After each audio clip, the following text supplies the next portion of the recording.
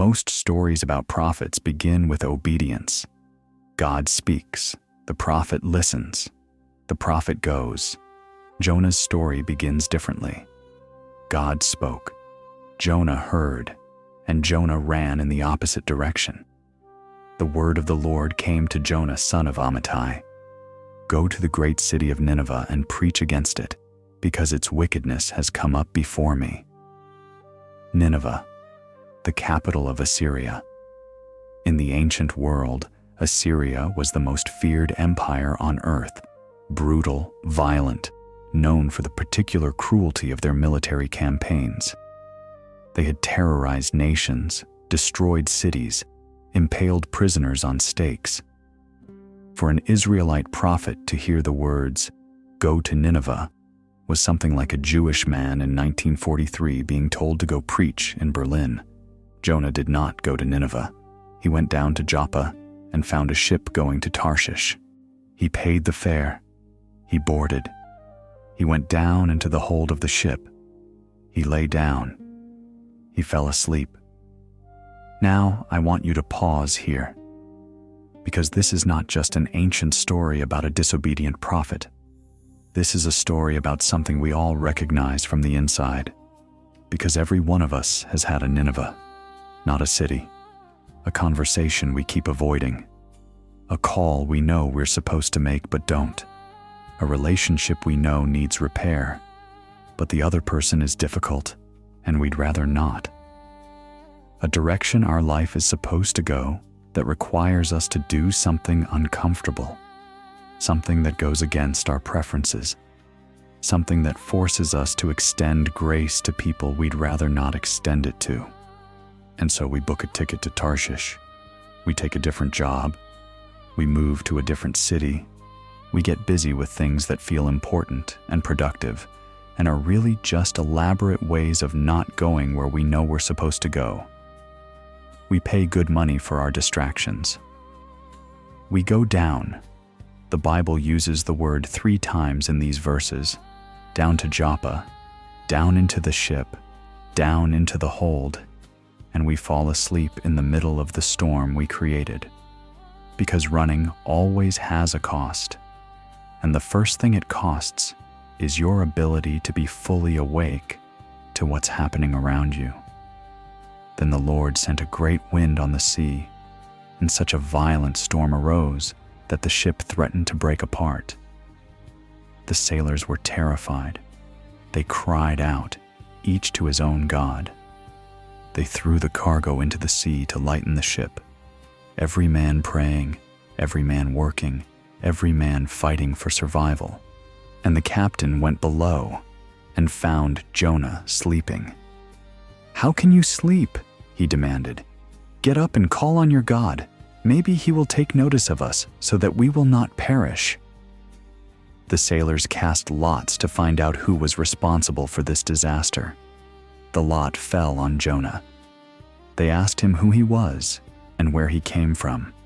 He told them, "I am a Hebrew, and I worship the Lord, the God of heaven, who made the sea and the dry land." The sea was getting rougher and rougher. They asked him what they should do. Jonah said, "Pick me up and throw me into the sea, and it will become calm. I know that it is my fault that this great storm has come upon you." Here is the first honest moment in the book. Jonah, running from God, sleeping through a storm he caused, was surrounded by panicking sailors who had nothing to do with his disobedience. He tells the truth. He knows. He has always known. Running doesn't mean not knowing. It means knowing and going anyway. The sailors tried to row back to land. They couldn't. The sea grew even wilder. They cried to God, "Please, Lord, do not let us die for taking this man's life. Do not hold us accountable for killing an innocent man, for you, Lord, have done as you pleased." Then they took Jonah and threw him overboard. The raging sea grew calm. Think about what just happened. Jonah's disobedience created a storm that nearly destroyed a ship full of innocent people, sailors who had no idea who he was or what he was running from. His private choice to avoid his calling had very public consequences for people around him who had done nothing wrong. This is also something we recognize. When we run from what we're supposed to do, we rarely run alone. The storm we create rarely stays contained to our own life. The person who keeps avoiding a difficult conversation at work creates an atmosphere of tension that everyone in the office lives in. The parent who refuses to deal with their own unresolved pain passes it on to children who didn't choose it. The leader who runs from a hard decision leaves everyone underneath them in uncertainty. Our Tarshish always has other passengers. Now the Lord provided a huge fish to swallow Jonah, and Jonah was in the belly of the fish 3 days and 3 nights. 3 days in a fish. I don't want to rush past this with quick theology. I want you to actually picture it. Darkness so complete, it has weight, in the sound of the ocean on the other side of the wall. The smell, the texture, the complete absence of any control over anything at all. No ability to move, to plan, to escape, to distract yourself. Just darkness and time and the slow understanding that there is nowhere left to run. This is the place of forced stillness. We know this place, not from fish, from hospital rooms, from job losses that strip away the identity we built around what we do, from relationships that end and leave us with silence where there used to be noise, from moments when every distraction stops working and we find ourselves sitting with the thing we have been running from, unable to move, unable to look away. The fish is not punishment. The fish is mercy. Because it was in the fish that Jonah finally prayed. His prayer in chapter 2 is one of the most beautiful in the Bible, a poem of desperation and gratitude and surrender. He describes sinking into the depths, the current swirling around him, seaweed wrapped around his head, going down to the roots of the mountains. He says, "When my life was ebbing away, I remembered you, Lord, and my prayer rose to you." When my life was ebbing away. Not before, not during the comfortable journey to Tarshish, not during the sleep in the hold, not during the storm when there was still something to do, some way to be useful, some action to take. When there was absolutely nothing left, then he prayed, then he remembered, then he surrendered. Those who cling to worthless idols turn away from God's love for them. But I, with shouts of grateful praise, will sacrifice to you. What I have vowed I will make good.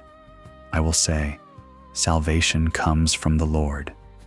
And the Lord commanded the fish, and it vomited Jonah onto dry land.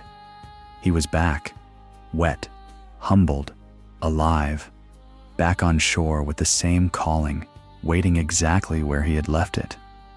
This is something no one tells you about running. The thing you ran from doesn't go away while you're gone. Nineveh is still there. The conversation still needs to happen. The relationship still needs repair.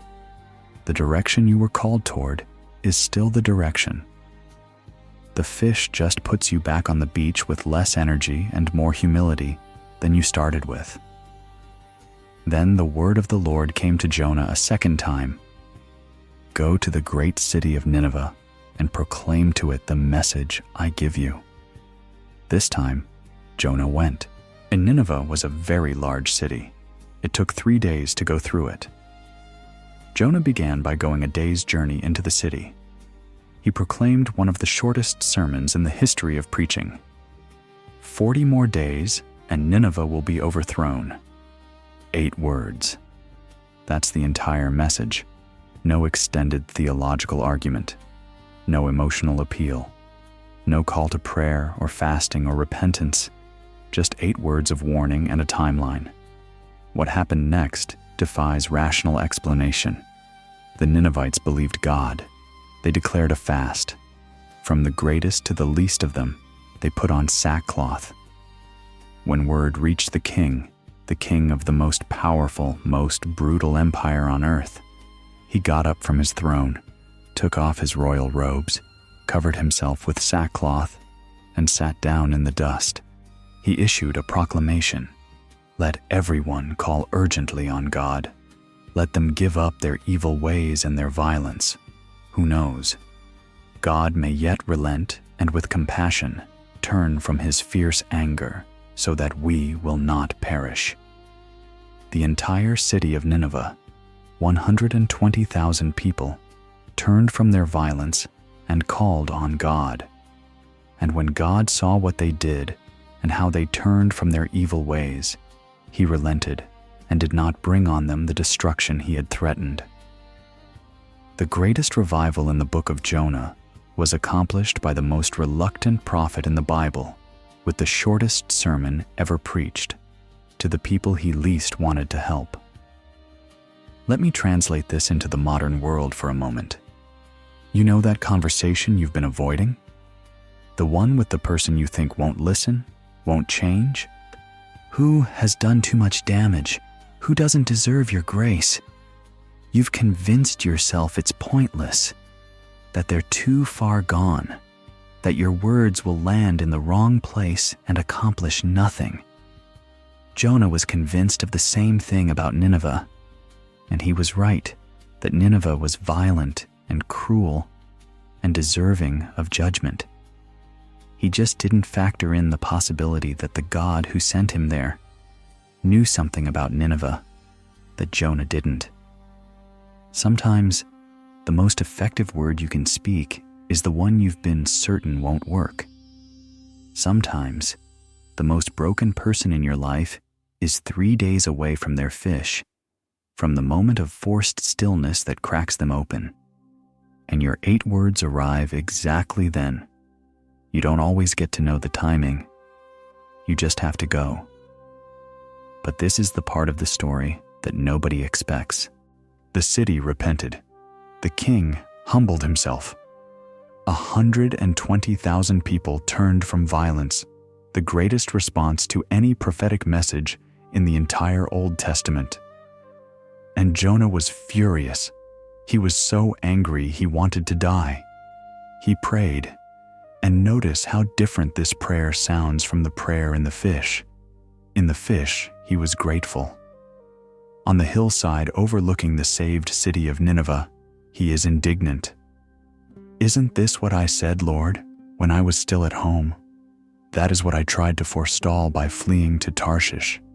I knew that you are a gracious and compassionate God, slow to anger and abounding in love, a God who relents from sending calamity. Now, Lord, take away my life, for it is better for me to die than to live. Read that carefully. He's not angry that God failed. He's angry that God succeeded. He's angry that his preaching worked. He's angry that Nineveh repented. He's angry that the people he traveled hundreds of miles to warn are now going to be okay. He knew all along that God might forgive them. That's why he ran in the first place. Not because he feared failure, because he feared success, feared that his message would land, that his enemies would be spared, that grace would be extended to people he believed didn't deserve it. And now he sits on a hill outside the city, a prophet sulking under a plant, watching a city of 120,000 people go about their lives, furious that they get to live. We don't usually admit this about ourselves, but we've been here. I'm the colleague who finally gets his act together after years of being a disaster.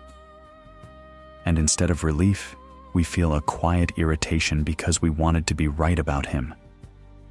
The family member who changes in ways we said were impossible. And part of us resents it because we had already written her off, and now we have to rewrite the story. The person we fell out with, who is now doing well, living well, seemingly thriving, and something in us wanted the universe to validate our judgment. We want the Ninevehs in our lives to get what we think they deserve. And when grace intervenes, when forgiveness happens, when redemption shows up in places we had written off. Sometimes our first response is not joy. Sometimes our first response is Jonah's. It's better for me to die than to see this. God's response to Jonah is worth sitting with. He doesn't rebuke him. He doesn't punish him. He doesn't remove him from the prophetic office. He just asks a question. Is it right for you to be angry? Jonah didn't answer. He went out east of the city, made himself a shelter, sat down in the shade, and waited to see what would happen to the city. Maybe still, judgment would fall. God provided a plant to grow up and give him shade. Jonah was very happy about the plant. Then God provided a worm that chewed the plant so that it withered. Then God provided a scorching east wind, and the sun blazed on Jonah's head so that he grew faint. Again Jonah said, "It would be better for me to die than to live." And God said, "Is it right for you to be angry about the plant?" Jonah said, "It is. I'm so angry, I wish I were dead." Then God said, and this is the final line of the entire book, "You have been concerned about this plant, though you did not tend it or make it grow. It sprang up overnight and died overnight. And should I not have concern for the great city of Nineveh, in which there are more than 120,000 people who cannot tell their right hand from their left, and also many animals?" The book ends there. No resolution. No indication of whether Jonah accepted what God said. No final scene of the prophet walking back into Nineveh with a changed heart, embracing his former enemies, becoming the gracious man God wanted him to be. Just a question, hanging in the hot air outside a great city that just survived its own destruction. I've been thinking about why the book of Jonah ends without resolution. Every other story we've looked at has a conclusion. Joseph reveals himself to his brothers. David kills the giant. Esther saves her people. Daniel walks out of the lion's den unharmed. Even Samson's story ends with the temple falling. Jonah ends with a question. And I think that's deliberate. I think the unfinished ending is the point, because the question God asks Jonah is not really about Nineveh. It's not even really about Jonah. It's a question that gets handed to every person who reads this book. Should I not have concern for people? For the people you've decided are too far gone? For the city you think deserves destruction? For the colleague you've written off? The family member you've given up on? The enemy you'd rather see judged than saved? For the 120,000 people and the animals who are just living their lives in your Nineveh, should I not have concern for them? The book of Jonah is, underneath everything, a book about the size of God's mercy versus the size of ours. And the uncomfortable truth it keeps pressing is that our mercy tends to be very precisely calibrated, extended freely to people who are like us, who share our values, who have earned it in our estimation, and withheld, sometimes with righteous indignation, from the people we believe don't deserve it. God's mercy doesn't work that way. It never has. The sailors on the ship, pagans, men of multiple gods, they prayed for Jonah's life before they threw him overboard. The king of the most violent empire on earth sat in the dust and called out to a God he barely knew. 120,000 people responded to 8 words from a prophet who didn't want them to respond. Grace keeps landing in the wrong places, on the wrong people, at the wrong times, and our response to that reveals something important about us. Are we like the father who ran to meet the returning prodigal? Or are we like the older brother, faithful, obedient, standing outside the party in the darkness, furious that a robe and a ring were given to someone who didn't deserve them? Are we relieved when the Nineveh in our life is saved? Or do we find a hill to sit on and wait for the judgment that never comes? This is the most modern story in the Bible. Not because of the fish. Nobody has a fish story. But because of the hill. Because of the plant and the worm and the question that has no answer in the text. We've all sat on that hill. Most of us are sitting on it right now, watching some Nineveh in our life with arms crossed, quietly hoping for the outcome that validates our judgment rather than the outcome that requires us to celebrate someone else's redemption. The book ends without telling us whether Jonah got up from that hill, whether he walked back into the city, whether he accepted what God said to him, whether grace eventually won over bitterness. We don't know. And that unfinished ending is an invitation to write our own conclusion, to decide what we do with the question that hangs in the air. Should I not have concern for the people in your Nineveh? You already know the answer. The question is whether you're willing to go. The fire is low, the night is quiet. Nineveh is still there,